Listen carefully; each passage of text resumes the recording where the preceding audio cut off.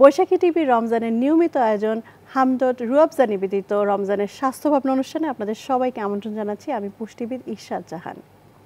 Liver আমাদের শরীরের খুবই গুরুত্বপূর্ণ একটি অর্গান এবং এই অর্গানটির কিন্তু অনেক ক্ষমতা, কিন্তু তারপরও কিন্তু বিভিন্ন সমস্যা নিয়ে আমরা দেখি যে অনেকেই ভুগছেন। সেগুলো নিয়ে আজকে কথা বলবো। তাই আজকের আমাদের আলোচ্য বিষয় লিভারের সুস্থতায় করণীয়। এই বিষয়টি নিয়ে আলোচনা করতে আজ আমাদের মাঝে আছেন ডাক্তার সাইফুদ্দিন নিসার আহমেদ, লিভার বিভাগ, বঙ্গবন্ধু শেখ মুজিব মেডিকেল বিশ্ববিদ্যালয়, ও হাকিম মাঝারুল ইসলাম, সিনিয়র চিকিৎসক, হামদর্দ পান্থপথ শাখা। আপনাদের দুজনকে আমন্ত্রণ জানাচ্ছি। কেমন আছেন? ভালো আছি। আপনাকে ধন্যবাদ। স্যার, প্রথমেই ডাক্তার সাইফুদ্দিন স্যারের কাছে জানতে চাইবো যে আমাদের শরীরে লিভারের ভূমিকাটা আসলে কি এবং আমাদের দেশে সাধারণত কি ধরনের লিভারের সমস্যা নিয়ে আপনার কাছে রোগীরা আসেন? লিভার একটি গুরুত্বপূর্ণ অর্গান শরীরের। ইনফ্যাক্ট বলতে গেলে শরীরের সবচাইতে বড় সলিড অর্গান। এটার ওজন স্টোর হাউস হিসেবে আমরা চিনি। এটার ওজন 1200 থেকে 1500 গ্রাম এবং এটা পেটের মানবদেহের পেটের উপরের অংশে ডান দিকে এটার অবস্থান। লিভারের অনেকগুলো গুরুত্বপূর্ণ কাজ আছে মানবদেহের জন্য, যেগুলো অত্যন্ত অত্যাবশ্যকীয়। এই জন্য লিভারকে ভাইটাল অর্গান বলা হয়। প্রথম কাজটা হচ্ছে লিভারের মেটাবলিজম। আমরা যে খাবারগুলো খাই সেই খাবারগুলো প্রধান উপাদান হচ্ছে প্রোটিন, ফ্যাট, কার্বোহাইড্রেট। সেই তিনটি প্রধান উপাদানের যে মেটাবলিজম, সেই মেটাবলিজমটা কিন্তু লিভারই করে থাকে এবং এই মেটাবলিজমের মাধ্যমে যে এনার্জি তৈরি হয় বিভিন্ন রাসায়নিক প্রক্রিয়ার মাধ্যমে, বিভিন্ন এনজাইমের সহযোগিতায় যে এনার্জি তৈরি হয়, সেই এনার্জিটাই আমাদের যে ভাইটাল ফাংশনগুলো, সেই ফাংশনগুলোকে মেনটেন করে, সেলুলার যে গ্রোথ, রিপেয়ার এগুলো করে এবং নতুন প্রোটিন সিনথেসিসও করে। এছাড়া লিভার শরীরের যে ইনফেকশন কন্ট্রোলে ভূমিকা রাখে। এছাড়া লিভার হজমের জন্য যে পিত্তরস, সেই পিত্তরস তৈরি করে, বিভিন্ন ধরনের প্রোটিন তৈরি করে, অ্যালবুমিন, যেটা অত্যন্ত গুরুত্বপূর্ণ, সেটা ফ্যাট ডাইজেশনে হেল্প করছে। হ্যাঁ, খুবই গুরুত্বপূর্ণ। তাছাড়া ক্লটিং ফ্যাক্টরগুলো তৈরি করে, রক্ত জমাট বাঁধতে সাহায্য করে, যেগুলো ক্লটিং ফ্যাক্টর। আর রমজানে আমরা যখন ফাস্টিং থাকছি, আমাদের শরীরের সব যে এনার্জি, সেখানে লিভার অত্যন্ত গুরুত্বপূর্ণ। আপনি যখন রমজানের কথা বললেনই, সেক্ষেত্রে আমি একটু বলি যে লিভার গ্লুকোজ হেমোস্টেসিসে গুরুত্বপূর্ণ ভূমিকা রাখে। সেটা কেমন? আমরা রমজানে তো 12 থেকে 14 ঘন্টার উপরে আমরা ফাস্টিং থাকছি। আবার যদি আপনি পৃথিবীতেও অন্যান্য অঞ্চলের দিকে দেখেন, কিছু অঞ্চলে নর্থ পোলের দিকে, সেখানে 18 থেকে 20 ঘন্টা ফাস্টিং থাকে। তো তখন হাইপোগ্লাইসেমিয়া হয়ে মানুষ অসুস্থ হয়ে পড়ে না কেন? এখানে লিভারে গুরুত্বপূর্ণ রোল আছে, ভূমিকা আছে। যেমন লিভার যদি মানুষ যখন খাদ্য গ্রহণ করে, তখন রক্তে গ্লুকোজের মাত্রা বেড়ে যায়। তখন এই গ্লুকোজ থেকে অপ্রয়োজনীয় অংশটা লিভার জমা করে রাখে গ্লাইকোজেন হিসাবে এবং অন্যান্য গ্লিসারল ফ্যাটি অ্যাসিড হিসাবে লিভারে জমা করে রাখে। তাহলে গ্লুকোজের মাত্রাটা কম থাকে। আবার যখন 4 থেকে 6 ঘন্টার বেশি আমরা ফাস্টিংয়ে চলে যাই, তখন আমাদের রক্তে যখন গ্লুকোজের মাত্রা কম থাকে, তখন ওই গ্লাইকোজেনগুলো ব্রেকডাউন করে লিভার রক্তে গ্লুকোজ সরবরাহ করে এবং মানুষের একটা গ্লুকোজের মাত্রা নিয়ন্ত্রিত হয় প্রসেসের মাধ্যমে। এই জন্যই লিভার আসলে অত্যন্ত গুরুত্বপূর্ণ এবং এটার মানে ভাইটাল অর্গান হিসাবে এটা শরীরের জন্য চিহ্নিত হয়ে আছে। সাধারণ মানুষ আসলে হজমের যদি কোনো সমস্যা হয়, তখন মনে করে যে এটা লিভারের সমস্যা। তো সেই জন্য আমাদের কাছে আসে, লিভারের ডাক্তারদের কাছে যায়। এছাড়া আরেকটি গুরুত্বপূর্ণ, সবচেয়ে বেশি গুরুত্বপূর্ণ সেটা বেশি সংখ্যক মানুষ যায়, সেটা হলো হ্যাপাটাইটিস বি। কোনো মানুষ হয়তো বিদেশ যাওয়ার আগে মেডিকেল চেক আপ করলো বা অন্য কোনো রোগের জন্য ডাক্তারের কাছে গেছে, ডাক্তার রুটিন চেক আপ দিল, সেখানে ইনসিডেন্টালি তার হ্যাপাটাইটিস বি ধরা পড়লো। সাধারণ কথা জন্ডিস আমরা যেটা চিন্তা করি, না, হ্যাপাটাইটিস বি ধরে মানুষ, এইচবিসিজি পজিটিভ, এটাকে খুবই একটা সিরিয়াসলি নেয়, তখন ওরা আসে। এছাড়া জন্ডিসের বিষয়টা তো আছে, চোখ হলুদ হয়ে যায়, প্রস্রাব হলুদ হয়ে যায়, তখন আসে। এছাড়া মনে করেন যে ফ্যাটি লিভার ইদানিং আমরা সবচেয়ে বেশি পাচ্ছি, প্রচুর পাওয়া যাচ্ছে। ফ্যাটি লিভার যে কোনো কারণেই হয়ে একটা আলট্রাসোনোগ্রাম করলো, সেখানে দেখা গেল যে ফ্যাটি লিভার। তখন এই ফ্যাটি লিভারের জন্য তারা জানার জন্য, চিকিৎসার জন্য চিকিৎসকের শরণাপন্ন হয়।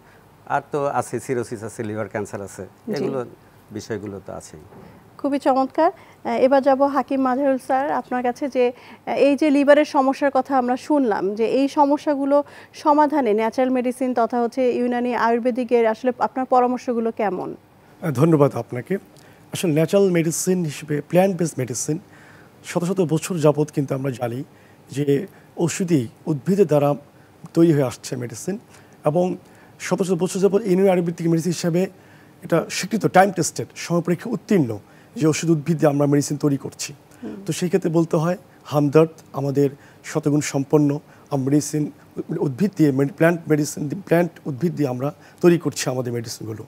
সেক্ষেত্রে আমি বলবো ইউনানি আয়ুর্বেদিক মেডিসিনের ক্ষেত্রে যে সবচেয়ে বেশি উপকার যেটা লিভার সার্জারি বলেন, লিভার সুরক্ষা করার জন্য ফার্স্ট টাইমে যে মেডিসিনটা আমাদের সেটা ইকটার্ন, সে দিনার জেনেরিক নাম হিসেবে পরিচিত ইকটার্ন হিসাবে, সেটা উপাদানটা হচ্ছে আমাদের গাওজবান রয়েছে, গোলাপ ফুল রয়েছে, আবার কাষ্টি রয়েছে, এবং এই উপাদানটা যে কাজ করছে আমাদের হজমে সহায়তা করছে, বাইল সিকশন সহায়তা করছে। পাশাপাশি আমাদের রয়েছে ক্যাপসুল লিবেক, যেটা মিল্ক থিসল, আপনারা জানেন মিল্ক থিসল কিন্তু inter world wide herbal plant, যে এই মিল্ক থিসল যেটা প্রোটিন সিনথেসিসের মাধ্যমে আমাদের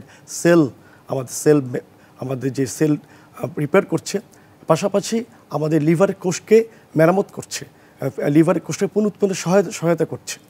পাশাপাশি আমাদের রয়েছে যেটা আয়ুর্বেদিক প্রোডাক্ট, যেটা সিরাপ রোহিত কারিস্ট, যে আমাদের সিরাপ লিভারিস্ট, সিরাপ লিভারিস্ট যেটা আমার জেনেটিক রোহিত কারিস্ট, সেখানে আমাদের হরিথিকু রয়েছে, আমলকি বহেরা রয়েছে, যেটা আমাদের হজমে সহায়তা করছে। পাশাপাশি আমাদের ক্যাপসুল জিগারিন রয়েছে, যেখানে আফসান্তিন এবং বরং জাসুপ রয়েছে, যেটা স্পেশালি আমাদের লিভারটা বড় হয়ে যাওয়া সেক্ষেত্রে আমাদের সহায়তা করছে, হেপাটাইটিসের ক্ষেত্রে কাজ করছে, জন্ডিসের ক্ষেত্রে কাজ করছে আমাদের। মানে ফ্যাটি লিভারের কথা বলছিলাম যে ফ্যাটি লিভারের ক্ষেত্রে আমাদের কাজ করছে। তো এই রেশ দিয়ে স্যার আপনার কাছে জানতে চাইবো যে ফ্যাটি লিভারটা আসলে কি, আর এই ক্ষেত্রে আসলে আমাদের করণীয়টা কি থাকে? ফ্যাটি লিভারটা আসলে লিভারে চর্বি, সহজ বাংলা যদি বলা যায় লিভারে চর্বি। আর যদি ডেফিনেশন আপনি জানতে চান, সেক্ষেত্রে ডেফিনেশন হচ্ছে আমাদের লিভারের যদি 5 থেকে 10% কোষ যদি চর্বি দ্বারা অকুপাইড হয়ে যায় বা তারও বেশি, সেক্ষেত্রে আমরা বলি যে এটা ফ্যাটি লিভার। জি, এই ফ্যাটি লিভারটা কিভাবে হচ্ছে, আমাদের দেশে একসময় আমরা এটাকে মনে করতাম যে ধনী দেশের, উন্নত দেশের রোগ, যেখানে মানুষের অর্থনৈতিক অবস্থা অনেক ভালো। কিন্তু আমাদের দেশে অর্থনৈতিক অবস্থা দিন দিন পরিবর্তন হচ্ছে, উন্নয়নের দিকে যাচ্ছি আমরা। সেক্ষেত্রে মানুষের মাথাপিছু আয়ও বেড়েছে, এবং এই মানুষের মাথাপিছু আয় বাড়ার কারণে মানুষের ফুডের মধ্যে ডাইভার্সিফিকেশন এসেছে। এই ফুড ডাইভার্সিফিকেশনের কারণে মানুষ বিভিন্ন ধরনের খাবার খাচ্ছে, বিভিন্ন ধরনের খাবার খাচ্ছে, খাবার খাচ্ছে, যেমন তারা ফাস্ট ফুড খাচ্ছে, তারা বিভিন্ন ধরনের তেল চর্বি জাতীয় হাই ক্যালোরি ফুডের দিকে ঝুঁকে পড়ছে। আরেকটা বিষয় হচ্ছে অর্থনৈতিক উন্নয়নের কারণে আমাদের অনেকেরই এখন নিজস্ব গাড়ি আছে, আমাদের হাতে মোবাইল আছে, ল্যাপটপ আছে, পিসি আছে, টেলিভিশন, সব কিছু আছে। এজন্য আমরা সেগুলোর পিছনে বেশি সময় দিচ্ছি। শারীরিক যে পরিশ্রম বা ফিজিক্যাল অ্যাক্টিভিটিস এগুলো কমে গেছে। তাহলে একদিকে আমরা খাবারের হাই ক্যালোরি খাবার বেশি খাচ্ছি, আবার ফিজিক্যাল অ্যাক্টিভিটিস কম করছি। এই দুটার যে ভারসাম্যহীন অবস্থা, সেই কারণে এই লিভারে চর্বি জমে যাচ্ছে, এবং এই লিভারে চর্বি জমে যাওয়ার কারণে ফ্যাটি লিভার হচ্ছে। এবং এই যে ফ্যাটি লিভারে যদি ক্রমাগত চর্বি জমতেই থাকে, তাহলে এক পর্যায়ে এখানে প্রদাহ সৃষ্টি হয়। এটাকে আমরা বলি যে নন অ্যালকোহলিক স্টেয়াটোহেপাটাইটিস বা ন্যাশ নামে যেটা সুপরিচিত, ন্যাশ। এই ন্যাশে আক্রান্ত যখন হয় মানুষ, তখন কিন্তু এখান থেকে তার এই হৃদরোগে হওয়ার সম্ভাবনা থাকে, বিভিন্ন ধরনের মেটাবলিক, যেহেতু একটা মেটাবলিক ডিজিজ এগুলো। স্যার, এই ক্ষেত্রে যদি বলি যে এখন তো আমরা একটা করোনা ভাইরাসের পরিস্থিতির ভিতর দিয়ে যাচ্ছি, যাদের এই ধরনের লিভারের প্রবলেম আছে, আসলে তারা কি ধরনের ঝুঁকির মধ্যে আছেন? লিভারে যারা রোগ যাদের আছে, তাদের মধ্যে যারা করোনায় আক্রান্ত হন, তাদের জন্য ঝুঁকি অত্যন্ত বেশি, কারণ তাদের ইমিউন সিস্টেমটা এমনি অনেক লো থাকে, ইমিউন সিস্টেমটা দুর্বল থাকে, যে জন্যে তারা সহজেই করোনায় আক্রান্ত হয়ে যেতে পারে।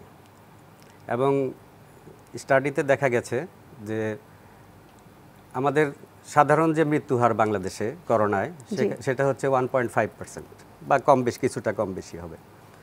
এবং যারা সিরোসিসে আক্রান্ত রোগী, যারা কম ক্ষতিগ্রস্ত, যেগুলোকে আমরা কম্পেনসেটেড সিরোসিস বলি, কম্পেনসেটেড সিরোসিসের ক্ষেত্রে ডেথ রেট 38%। আচ্ছা। এবং যেটা একটু বেশি ক্ষতিগ্রস্ত, যেগুলোর পেটে পানি আসে বা হেমাটোমেসিস মেলেনা, রক্ত বমি, কালো পায়খানা হয়, যেসব ডিকম্পেনসেটেড সিরোসিস, তাদের ক্ষেত্রে মৃত্যুর হার 70%। তাহলে লিভারের রোগীদের করোনাকালীন সময়ে একটা সুরক্ষার মধ্যে থাকতে হবে। তাদেরকে স্বাস্থ্যবিধি মেনে চলতে হবে প্রাথমিকভাবে। 1 নম্বর তো স্বাস্থ্যবিধি, মাস্ক বা সোশ্যাল ডিস্টেন্সিং, সেগুলো তো মেনে চলতেই হবে। পাশাপাশি ভ্যাকসিনটা দিতে হবে, ভ্যাকসিনেশন খুব জরুরি। অবশ্যই ভ্যাকসিন দিতে হবে, এবং শুধু লিভারের রোগীকে ভ্যাকসিন দিলেই হবে না, লিভারের রোগীকে যারা পরিচর্যা করে পরিবারের সদস্য তাদেরকেও ভ্যাকসিন দিয়ে শুরু করতে হবে। যারা এই করোনা রোগী তারা কিন্তু আফটার করোনা হওয়ার পরে পোস্ট করোনা সিনড্রোম যেগুলো থাকে সেখানে খুব দুর্বল হয়ে থাকে। তো আমরা জানি যে আমাদের যে কোনো ফাইটিং মুডে আমাদের যে শক্তিটা যোগান দেয় সেটা হচ্ছে লিভার। তো এই ক্ষেত্রে আসলে লিভারের কার্যভূমিকা কিভাবে আমরা মেনটেন করব, এই প্রশ্নটা আপনার কাছে যাব। তার আগে হচ্ছে একটু মাঝারুল ভাইয়ের কাছে যেতে চাই, সেটা হচ্ছে যে অসুস্থতা ছাড়া আমরা যদি লিভারটাকে সুস্থ রাখতে চাই সেক্ষেত্রে ইউনানি এবং আয়ুর্বেদিক পরামর্শগুলো কেমন হবে? জি, ধন্যবাদ আপনাকে। আর স্যার যে কথাটা বললেন যে এখন করোনাকালীন চলতেছে ভয়াবহ অবস্থা, সো আমি একটু আগে যে কথাটা বললাম, একটু আগে কিন্তু যে প্ল্যান্টগুলো রয়েছে, যে রেউচিনি, গোলাপ এবং গাজোবান, আপনি জানেন ইন্ডিয়ার যেটি গবেষণা সংস্থা আয়ুষ করোনাকালীন সময় যে প্ল্যান্টের কথা বলেছিল, যে এই প্ল্যান্টগুলো আমরা যদি খাই সে আমাদের বড় ইমিউন সিস্টেমটা গ্রো করবে। এই 3টা প্ল্যান্ট সেখানে রয়েছে, গাজোবান রয়েছে, গোলাপ রয়েছে, রেউচিনি রয়েছে, তো কাষ্টি মূলও রয়েছে। তো ইকটানটা শুধু হজমে সহায়তা করে না, আমাদের বডি ইমিউন সিস্টেমকে ডেভেলপ করে। পাশাপাশি যে ফ্যাটি লিভারের কথা বললেন, তো আমি একটু বলি যে আমাদের ক্যাপসুল লিভের যে মিল্কথিসল, এটা ওয়ার্ল্ডের স্বীকৃত যে হার্বাল প্ল্যান্ট, এই মিল্কথিসল যেটা সিলিমারিন কী করছে, সিলিমারিন যেটা আমাদের সেল মেমব্রেনকে স্টেবিলাইজ করছে, সুস্থিত করছে, এবং আমাদের বাইরের থেকে যে ফ্রি রেডিক্যাল এবং বাইরে বিষাক্ত পদার্থ আমাদের শরীরকে অ্যাটাক করতে পারছে না, আমাদের লিভারের সেলের কোষ আবরণকে সুরক্ষা করছে, বাইরের থেকে যে বিষাক্ত পদার্থ আমার দেহকে আক্রমণ করতে পারছে না, এই একটা দিক। পাশাপাশি যে আপনি যেটা বললেন যে শুধু অসুস্থ না, সুস্থ অবস্থা আমরা খেতে পারি। অনেকে দেখা যাচ্ছে আমাদের টয়লেট কষা হচ্ছে, কনস্টিপেশন দেখা দিচ্ছে, সেক্ষেত্রে কিন্তু আমাদের ইকটার্নে রেউচিনি আছে। রেউচিনিতে আর্থ্রাকুইনন যেটা রয়েছে, যেটা হচ্ছে প্রাকৃতিক ল্যাক্সেটিভ হিসেবে মলকে নরম করার মাধ্যমে আমাদের কোষ্ঠকাঠিন্য দূর করছে। মানে কোষ্ঠকাঠিন্যের সাথেও পরবর্তী পর্যায়ে লিভারের কোনো সমস্যার যোগসূত্র থাকতে পারে, তাই আমাদের শরীরটাকে ভালো রাখতে হবে। রাইট, দেখেন রমজান মাস চলতেছে, আমরা প্রায় 14 ঘন্টা ফাস্টিং থাকতেছি, সেক্ষেত্রে আমাদের একটা ট্রেডিশন, আমাদের ওয়েলি ফুড এবং তৃতীয় খাবার আমরা খাচ্ছি ইফতারিতে এবং সেহরিতে, সেটা কিন্তু আমাদের পেটের গলজ দেখা দিচ্ছে, হজমের গলজ দেখা দিচ্ছে। সেক্ষেত্রে আমরা লিভারকে সুস্থ রাখার জন্য আমাদের ইউনানি আয়ুর্বেদিক মেডিসিন সেবন করতে পারি, সেটা ইকটার্নের কথা আমি বলবো ডেফিনেটলি। পাশাপাশি যেটা ক্যাপসুল জিগারিন, যেটা খুবই একটা ভালো একটা মেডিসিন, যেখানে একটু যে দুটো উপাদান যেটা রয়েছে, এটা বরং জাস্ট আফসান্তিন, সেটা কিন্তু আমাদের লিভারের প্রদাহ কাজ করছে, হেপাটাইটিসের ক্ষেত্রে কাজ করছে। জি, খুবই চমৎকার। স্যার, আপনার কাছে এবার জানতে চাইবো যে লিভারের তো অনেক ধরনের রোগীরা আপনার কাছে আসেন, তো আপনার পরামর্শ কেমন থাকে? লিভারের রোগীরা বিভিন্ন স্টেজ অনুযায়ী তারা কি রোজা রাখতে পারবেন? রমজান মাসে রোজা রাখতে পারবে কিনা, যে মেডিকেল কন্ডিশনগুলো আছে, সেই মেডিকেল কন্ডিশনগুলোর মধ্যে লিভারের রোগও একটা। যে অ্যাকিউট কন্ডিশন যেগুলো আছে, যেমন জন্ডিস যদি হয়, অ্যাকিউট হেপাটাইটিস, তাহলে তো তারা রোজা রাখতে পারবে না, বা ঝুঁকি আছে তাদের। জি।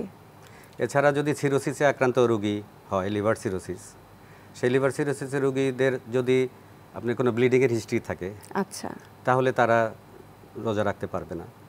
যদি তাদের খাদ্যনালীতে ব্যান্ড পরানো থাকে, ইভিএল যেটাকে আমরা বলি, সেক্ষেত্রে তাদেরকে এন্ডোস্কোপি করে দেখে ইভ্যালুয়েশন করতে হবে তারা রাখতে পারবে কি পারবে না।